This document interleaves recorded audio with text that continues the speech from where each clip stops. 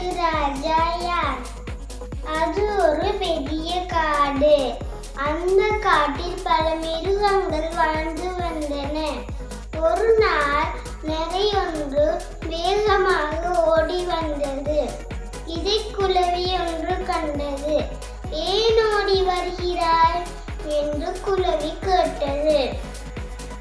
அதற்கு நரி, சத்தம் போடாதே, ராஜா வருகிறார், எங்களை கண்டால் கொன்று விடுவார் என்றது.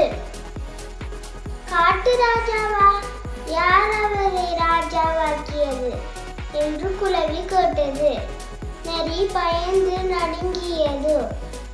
அப்போது மிருகங்கள் ஒன்று கூடின. அங்கு வந்த சிங்கம், இங்கே என்ன சத்தம் என கேட்டது. நரி தந்திரமாக பதிலளித்தது.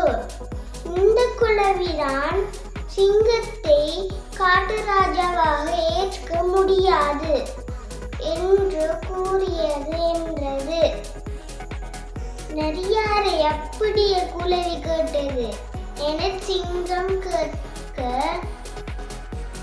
நரி ஆமரசே என்று பதிலளித்தது. சிங்கம் கர்ச்சித்தது. உடனே குளவி, நீங்கள் என்னுடன் சண்டையிட்டு வெல்லுங்கள், பார்ப்போம், வென்றால் நீங்கள் தான் ராஜா என்று ஒத்துக்கொள்கிறேன் என்று சவால் விட்டது. வேறு வழியின்றி சிங்கமும் சம்மதித்தது. குகைக்கு வெளியே சண்டை ஆரம்பமானது.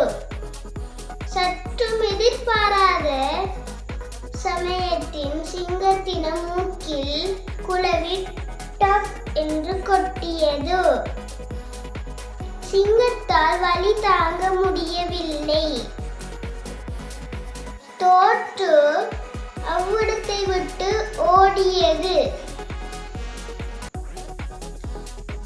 மற்ற மிருகங்கள் துள்ளி குதித்தன. குளவியை பாராட்டின. குளவி ரீங்காரமிட்டபடி பறந்து சென்றது.